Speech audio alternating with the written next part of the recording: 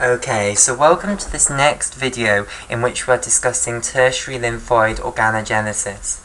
Okay, so we've discussed now how a T lymphocyte, which is fully differentiated, such as a T helper 1 cell, a T helper 2 cell, or a cytotoxic T cell, which is at the site of chronic inflammation, will have on its surface lymphotoxin beta. And this lymphotoxin beta can trigger a change in the postcapillary venules in that chronically inflamed site. Okay, so it can trigger a change of the endothelial cells of these postcapillary venules from being flat squamous cells on the basement membrane to being very tall cells, okay, and becoming high endothelial cells as they're called. And it also leads to changes in the properties of these endothelial cells as far as leukocyte recruitment is concerned. Okay, so these endothelial cells are now going to start recruiting naive T and B lymphocytes from the blood and moving them into the site of inflammation. Okay, and I want to stress the naive bit here. So these are just T and B cells which are not active at all, so they're not doing anything. The antigen fragments that these T and B cells will be targeted against can be any old fragment, i.e. they might not be involved in fighting this pathogen at all, and they might never be involved in fighting this pathogen. However, they're going to be moved in because they just happen to be circulating and they're recruited in, basically. So you're effectively going to set up another secondary lymphoid organ, which is just a storage place for naive T and B cells, such as lymph nodes and the spleen is a secondary lymphoid organ. Okay, and this secondary lymphoid organ that you set up at a site of inflammation is known as a tertiary lymphoid organ. Okay, so we're discussing how the lymphotoxin beta binding to the lymphotoxin beta receptor actually causes this in the endothelial cells of the postcapillary venules. Well, basically, the lymphotoxin beta receptor, once it's got lymphotoxin beta bound to it, will activate a kinase enzyme known as the NF-kappa B inducing kinase, NIK for short, which will then phosphorylate the inhibitor of NF-kappa B kinase alpha within this enzyme complex here. When you phosphorylate the inhibitor of NF-kappa B kinase alpha, the enzyme complex will then phosphorylate the P105 component of this NF-kappa B complex here. And when you phosphorylate P105, it will be proteolytically cleaved into P51, also known as NF-kappa B2, and this transcription factor then moves into the nucleus and increases the expression of all sorts of genes that are going to change the endothelial cell from being flat to being tall, and also are going to lead to the endothelial cell starting to recruit naive T and B lymphocytes. And we've discussed that one of the crucial enzymes in this beginning to recruit naive T and B lymphocytes is this high endothelial cell associated N-acetylglucosamine 6-sulfotransferase, which is called HEC-GLUC-NEC 6ST for short. Okay, so what does this do? Well, basically it adds sulfate groups onto the 6th carbon of N-acetylglucosamine. So let me show you the structure of N-acetylglucosamine, and I can probably fit it in here. So let me show you the skeletal structure so that it's more easy on the eye. Okay, so remember, in skeletal structures you don't show carbon atoms. They are implicitly shown as corners, basically. So the corners are implicitly carbon atoms, basically. So you have this 6-membered ring consisting of an oxygen up here and then 5 carbons, and also you don't show hydrogens off carbons. That's a very important point. And then you've also got a 6th carbon coming off up here. Right, and the important thing to stress is the optical isomerism, because we need to stress whether it's coming out of the page or going into the page. So imagine that this ring, this six-membered ring here, is within the plane of the page. Then we need to know whether this sixth carbon is coming out of the page at us or into the page away from us, because this is actually important, because there are many other molecules such as mannose and galactose, which if you don't understand optical isomerism, you will look at their structures and say that's the exact same molecule as glucose, and I will say no, it's not. It differs by the optical isomerism. So the optical isomerism does matter. So the sixth carbon comes out of the page at us, basically. Okay, now of this sixth carbon you have an alcohol group, so I'll just show this like so. And then also you have two hydrogens, but of course we don't show those because we don't show hydrogens coming off carbons. Then we'll turn our attention to this fourth carbon here. So this fourth carbon has a single alcohol group coming off it, which is going back into the page away from us. And then it will also have a hydrogen atom coming off it, which will be coming out towards us. Okay, off this third carbon down here, the alcohol group is coming out towards us. Okay, like so. And then you've also got our hydrogen coming off it, which will be going back into the page away from us, but of course we don't show that. Off this second carbon, we're talking about glucosamine, so you have an amino group down here. And we're actually talking about N-acetyl glucosamine, so we'll try and show the N-acetyl.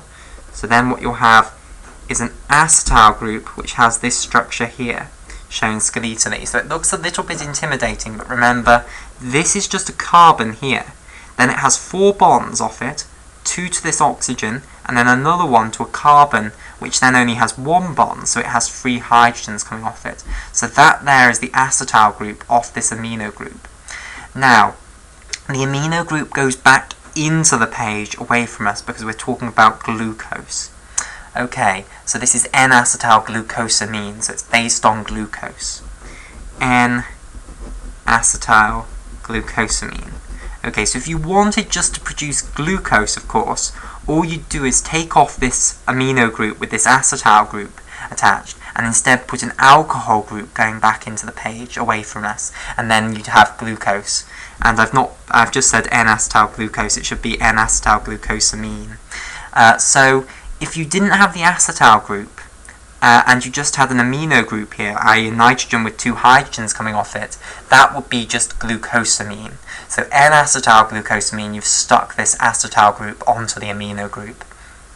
Okay, then finally, there are 2 options for this alcohol group here, so of this first carbon. So people often put this sort of squiggly line here to denote that it can either go into the page away from us or out of the page at us. So if it goes into the page away from us, we would call that alpha N-acetyl glucosamine. If it came out of the page at us, we would call that beta N-acetyl glucosamine. So basically there are 2 optical isomers which are both referred to as N-acetyl glucosamine. There's an alpha N-acetyl glucosamine and there's a beta N-acetyl glucosamine. Okay, so what are you going to do? Well, this enzyme is going to work on N-acetyl glucosamine and it's going to stick a sulfate group onto the 6th carbon. Okay, that's the basis of its name, N-acetyl glucosamine 6-sulfotransferase. So what is a sulfur group? Well, basically a sulfate group is this. You have a sulfur atom at the centre with these 2 oxygens which are both doubly bonded to the sulfur coming off, and then you have an alcohol group. This is what is meant by a sulfate group. Okay, so if you stick this onto a molecule, you are said to have sulfonated that molecule. So we are going to stick this onto the 6th carbon's alcohol group here. So basically, what we're going to do is take that hydrogen off this oxygen here. So we'll take that off, and we'll instead stick on this sulfate group, like so. So here's the sulfur, with the 2 oxygens double bonded to it, and then the alcohol group up there. So that's what we're going to do. We're going to stick sulfate groups onto the 6th alcohol group of N-acetylglucosamine molecules. Now, of course, the N-acetylglucosamine won't be on its own. It will be polymerized into a great big polymer that's on the surface of this endothelial cell. Okay? For instance, heparan sulfate, which we were talking about earlier as the binding polysaccharide for the CXC chemokines and the CC chemokines, in fact chemokines in general, that has a huge amount of N-acetylglucosamine in it. Okay, so what's going to happen is when you express this enzyme, it's going to go to this apical membrane and it's going to start converting the monosaccharides into these sulfated monosaccharides, and therefore you're going to end up with a huge number of monosaccharides in here which are all sulfated.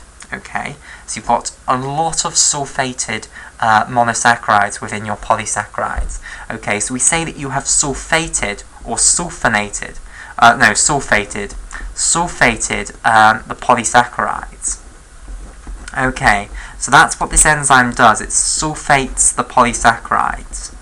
And sulfated polysaccharides are a ligand rather, for this L-synectin. So L-synectin on the naive T or B lymphocyte will bind to sulfated polysaccharides. Okay, so in addition, you're going to do more than just that. You're also going to put a certain chemokine on your surface of your apical membrane. Okay, so this transcription factor, another key thing that it's going to do is it's going to lead to the increased expression of the CC chemokine ligand 21. Okay, so you're going to put on the heparan sulfate a CC chemokine ligand 21. So this is CCl21. Okay, now naive B and T cells have a receptor for CCl21, which is the CC chemokine receptor, CCR for short, 7. Okay, so basically the two changes that this transcription factor has induced that we've studied anyway are that it's produced this enzyme, high endothelial cell N-acetylglucosamine 6-sulfotransferase, which results in the sulfation of the polysaccharides on the apical surface of the endothelial cell, such that they will now be a ligand for L-synectin on the surface of the naive T and B lymphocytes. And we've also produced the CCl21 chemokine and put that on our heparan sulfate, and that will bind to the CC chemokine receptor 7 on the surface of these naive T and B lymphocytes. So basically you will get naive T and B lymphocytes which just happen to be passing by, adhering to these endothelial cells in this venule which has now undergone this transformation to a high endothelial cell venule. Okay, and then they will diapodese across the endothelium into the interstitium, and you'll therefore get a build-up of naive B and T lymphocytes in your infected area. So that is what is now known as a tertiary lymphoid organ. So let me stress that you'll have this massive great mass of naive T and B lymphocytes which are not contributing at all to the infection that will be accumulated in the site of inflammation, basically. And this is what's known as a tertiary lymphoid organ. Okay, so it's this transformation in the structure of the endothelial cells in the post-capillary venules which leads to the organogenesis of these tertiary lymphoid organs within the interstitium of the chronically inflamed area.